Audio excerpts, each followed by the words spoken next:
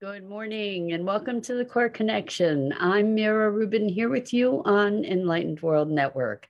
And today's topic is listening, and particularly listening to the whispers of our soul and emboldening that voice to lead us into inspired action, and looking at how would our lives be different if indeed we empowered that voice.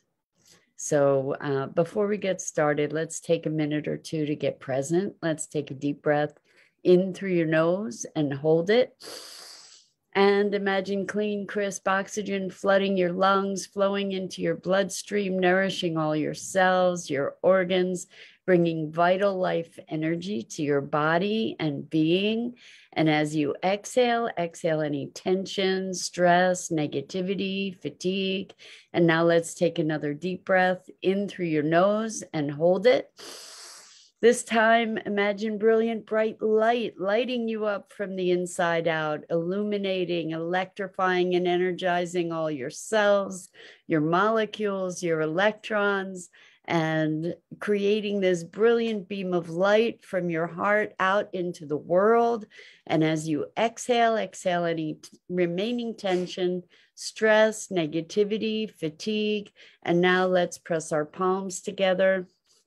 Rub your fingers and against your palms, rub your palms together, feel that friction, that temperature, the energy, and allow all those sensations to bring you present right here, right now, into this remarkable physical form that enables you to experience life. Welcome, welcome, welcome. Good morning, Rosalind. How wonderful to start the week with you. And welcome to everybody else who's joining us. So good to be here with you. So the whispers of our soul, what we're talking about is listening, and a deep listening, maybe a listening into not only the whispers of your soul, but the whispers of the universe. And what does that look like? To be in nature, to listen to nature, to be nourished by the sounds and sights and sensations of it. What does it mean to connect? And what would be different about our lives if we did? I had the most interesting conversation yesterday, and it kind of blew me away to realize that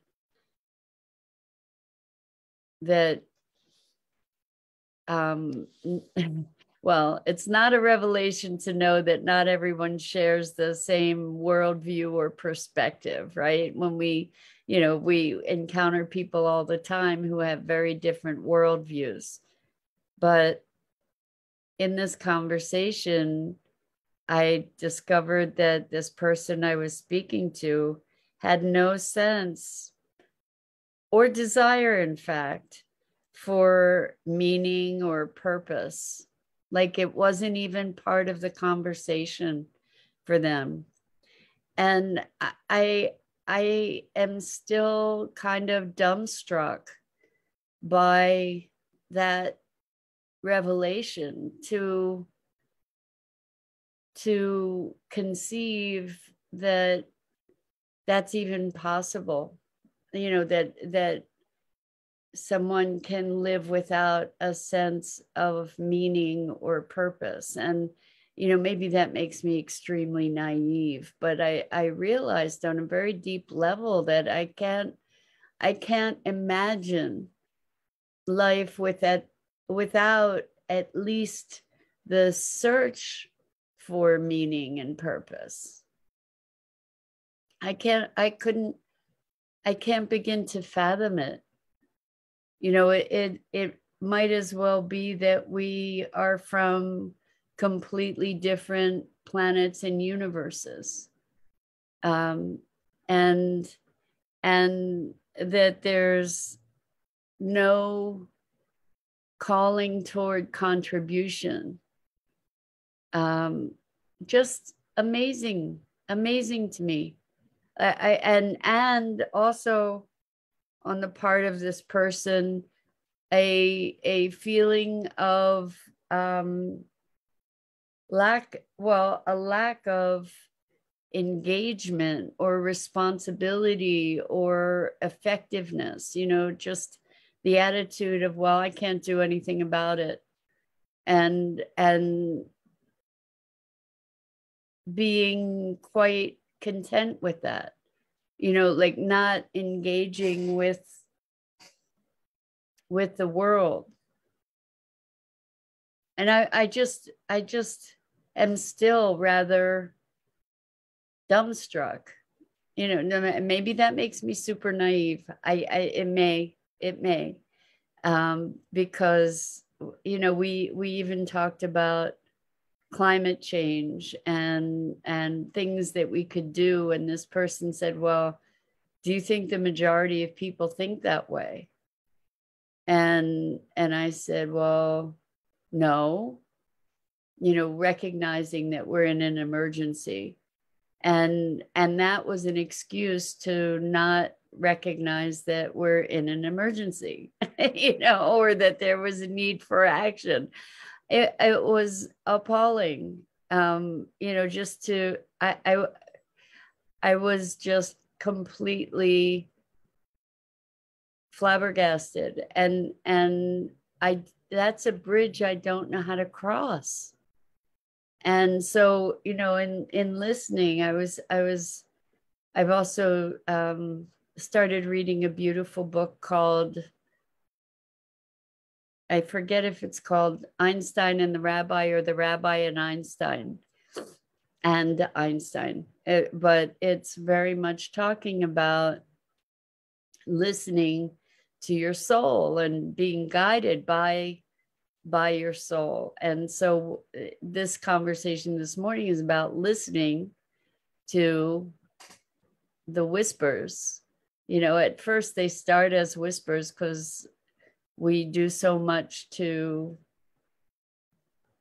silence those voices, or that voice of our inner soul song in so many ways. And whether we do it or we come by that silencing through our culture and our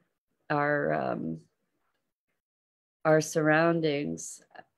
It's very interesting because as I look at my my family, my origins, this was not a conversation in my family. What is the calling of your soul? What is your purpose? What is your mission? It was not a conversation. And so I'm not certain how I came by it. I think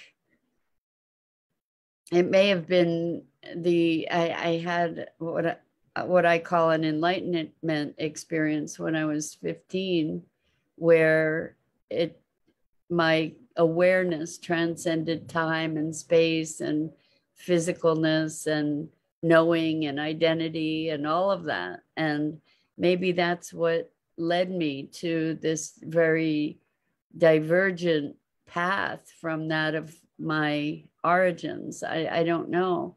I wonder how it is that I think that so many people come upon this search for meaning in times of crisis, when, like, so many, they call it a midlife crisis oftentimes, when people get to a place of saying, my life should be happy. I've got all the things. I've got the partner, I've got the family, I've got the picket fence and the dog and the cars and the what it is that I was looking for. And I'm miserable and empty and lost. And it's often in those times that we start to listen or start to seek those whispers, to seek the meaning, to seek the purpose, and seek our path, to seek the whispers that are uniquely our own. Rosalind says, as a child, I was told no more often I was told, oh, okay, I got it. As a child, I was told no more often than encouraged to listen or tune into what the soul wants to do. You and pretty much everybody else in our culture, Rosalind. You know, that's not something that typically most of us were raised into, is to look at what is your soul's calling? What would make you happy? In my family, it was, how are you going to make a living? You know, forget about what you want, forget about how you feel. How are you going to make money? Um, so that was something that was primary in my family, and I'm seeing it projected through the generations. And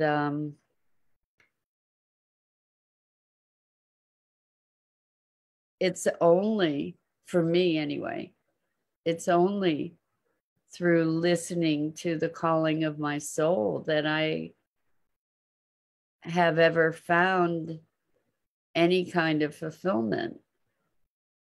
You know, the other things I've done that weren't originating from what were at first whispers ended up feeling profoundly empty and unfulfilling and soul killing for me, actually.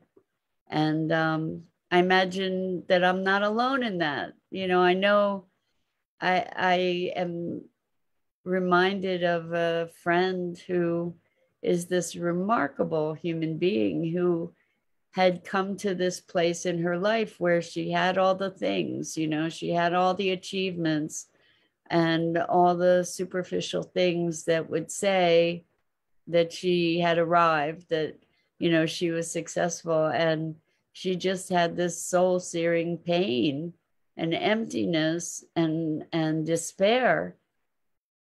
And then she found her purpose and has gone on to be making a profound difference in the world. And I truly, deeply believe that we all come here with a purpose that is part of our unique calling, you know, something that brings us into a fuller expression of our essence. But I personally can't imagine. I would have been long gone. You know, if I were to try to imagine having no connection to that sense of meaning or purpose, um, in some capacity or some, you know, some kind of expression that would be the fulfillment of my soul song, I would have been, I would have checked out. I was on the edge of checking out, you know, for the better portion of my life, in fact, until I finally started having a willingness to listen to what my soul was calling to express. And I talk about that with you guys a lot. I mean, that's really what has given me my life. And I imagine that it would do the same for so many others, you know, not my purpose, but their purpose. Whatever it is, it might be making beautiful music. Um, it might be nurturing and nourishing others in your life. It could be very, very, very simple. It doesn't have to be something that changes the whole world. It doesn't have to be something on a grand scale. It's something that calls to your heart and soul. And what a different world it might be, Rosalind, if indeed parents encourage their children to listen and tune in to their soul's calling. You know, what a different world it would be if each of us did that. And there was a concept in this book, the Einstein and the Rabbi, or the Rabbi and Einstein. Like I said, I don't remember the exact title. Just, it was a gift to me, and it's a beautiful, beautiful book so far. And frankly, it echoes so much of what we talk about here with you guys. But there was a concept in Jewish tradition that says that the soul, the high soul, can actually depart and leave. And I've never heard of that concept, but we've probably all encountered people that we might consider soulless, like people who are just deeply disconnected. And it's kind of an alarming idea. Apparently the soul could be restored. That, I guess it's in the 23rd Psalm, restoreth my soul, maybe. I don't have it in easy memory at the moment. But that was an interesting concept. I think we need restored souls deeply, because that's what keeps us connected with life. So Rosalind says, adult and inner child together, reunited, happy, and merging the two into one. Together they can exist, needing an environment of safety first.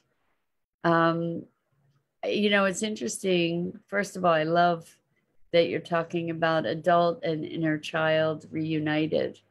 I think that that's really powerful, because what happens is that we get fragmented from the time of childhood, and either we disown those parts or we become dissociated from them, and maybe go numb to them.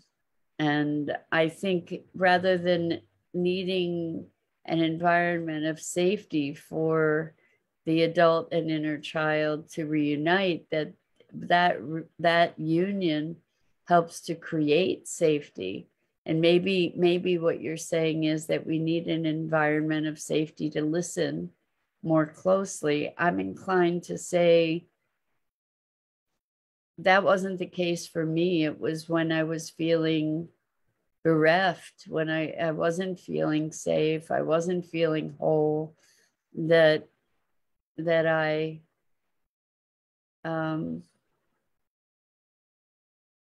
even more actively engaged in the pursuit of meaning. Although I remember being a young teen, or even 12 years old, crying and well, maybe not 12, maybe it was a bit after that, but crying and just wanting to know what I was doing here.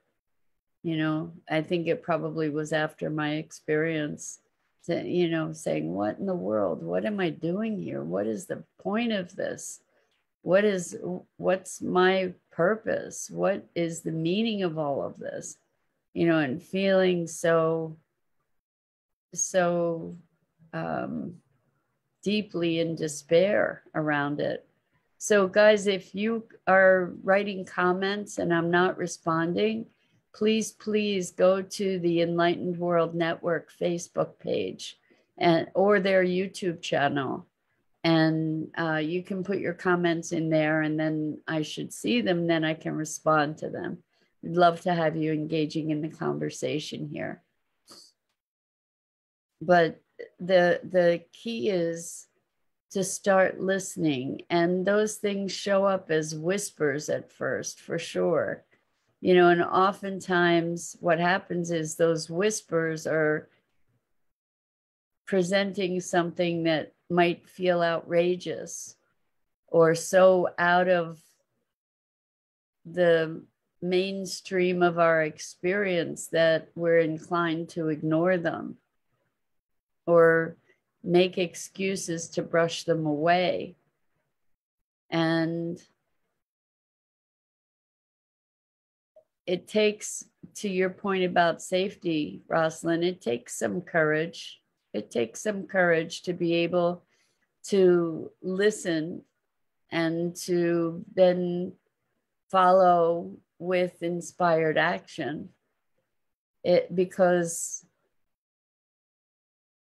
those actions may be disrupting the status quo. In fact, it's probably quite likely that that those whisperings would be disruptive of the status quo. But you get to move into that. The rewards of moving into that are so much greater than and are a cure for the despair of the disconnection and isolation that are there when you're not listening. Good morning, Bernadette. So good to have you here with us this Monday morning. Welcome, and welcome to everybody else who's joining us. We're talking about listening and really listening to the yearnings of your soul, listening to your heart and soul's calling, and allowing that to move you into a space of greater authentic expression and fulfillment. But I can say that for years and years and years, I just cried and begged to know what I was doing here, what my purpose was. And it may be that my desperation was so profound that I missed the calling itself. So Rosalind says, how to discern between indifference/denial versus listening to whispers, not dulling versus giving your heart permission to fulfill its desire. Well, I think the discernment between indifference and listening to whispers, I think that we have the opportunity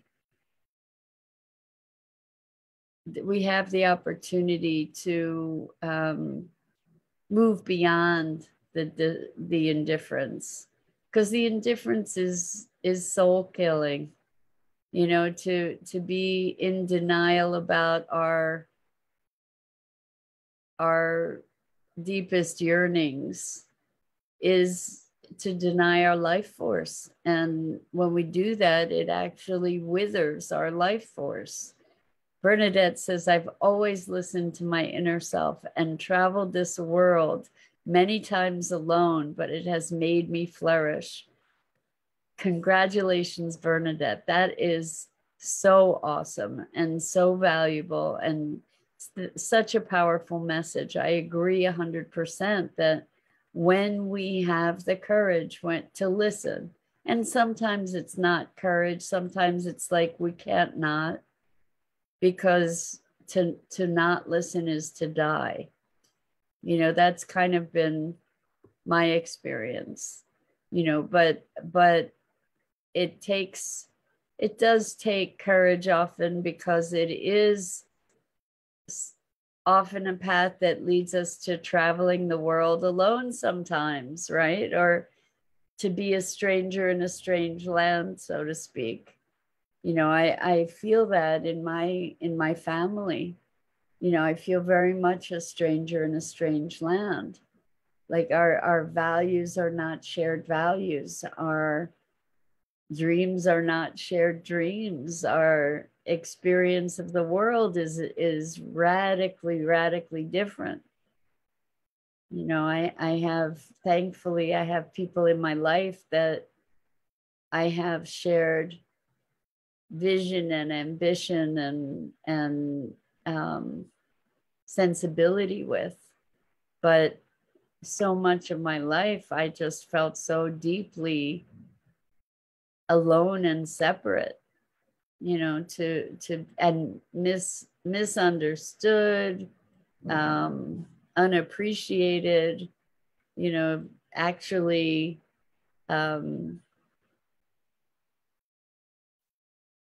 treated like there was something wrong with me, you know, just for having a very different worldview.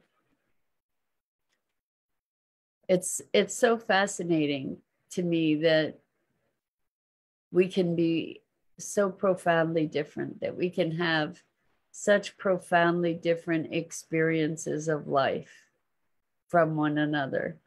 It's remarkable. Truly, it's like we are living in parallel universes, but alternate worlds, you know, where there's just this sort of touching of these worlds, but not a not an integration of them. It's bizarre to me, just bizarre. So Bernadette says, our souls dictate what our life is supposed to look like and feel. I agree, Bernadette. Many tend to ignore these moments because it's different from everyone else's. Yeah, exactly. And the fear and repercussions and ramifications of being separate or being different are often enough to make us toe the line, to make us march in lockstep, right? And now more than ever, we need people to step out of that group hypnosis that has us believing that we're powerless. Like that's the thing that this other person kept saying, I can't do anything about it. Well, of course you can. And at least you can try. You know, there's a multitude of things that you can do. But this was their way of excusing themselves, I think, from any kind of responsibility or engagement. It's so interesting. It's just so, it opened up a whole new awareness for me, I have to say, to recognize that we really truly couldn't be more different in so many ways. And I it gave me a much deeper understanding of why I felt so alone growing up, and how grateful I am now to be finding other people that have similar concerns and awarenesses. You know, it's to find my own tribe, so to speak. And I believe that when we listen to those parts of our inner being, that it brings us into a deeper ability to magnetize our own tribe, so to speak, you know, or to attract other people. So Bernadette says, we hold all our power. It may not make sense, but if it's life altering, the soul will continue to move one in that direction. I believe that. I believe the more we listen, the more we trust the soul, the louder those whispers will become, the more clear our ability to hear them and respond to them and to live through that guidance. So, well, that's it today, all about listening. So I'm so grateful to you for joining and for contributing and being part of these conversations, even if you're just listening. And if you enjoy them, please share so that we can grow our community here. Rosalind, I'm going to read this real quick and then no more comments, guys, because I got to go. Our awareness will muffle out what's not important. Like driving to work for the first day, you might notice something and then not pay attention to that same landmark the next time because the mind is focusing on something different. Yeah, our focused awareness changes our experience profoundly, for sure. So anyway, lots and lots of love to you guys. I'm Mira Rubin. This is the Core Connection. I go live each weekday morning here on the Enlightened World Network Facebook page at 9 a.m. Eastern. Please, please, please check out the other awesome programming on Enlightened World Network, EWN, One with the Earth, and Enlightened World Living. And so glad you were here with us, Dido. And thank you all. I so look forward to being back here again with you very, very soon. Lots of love.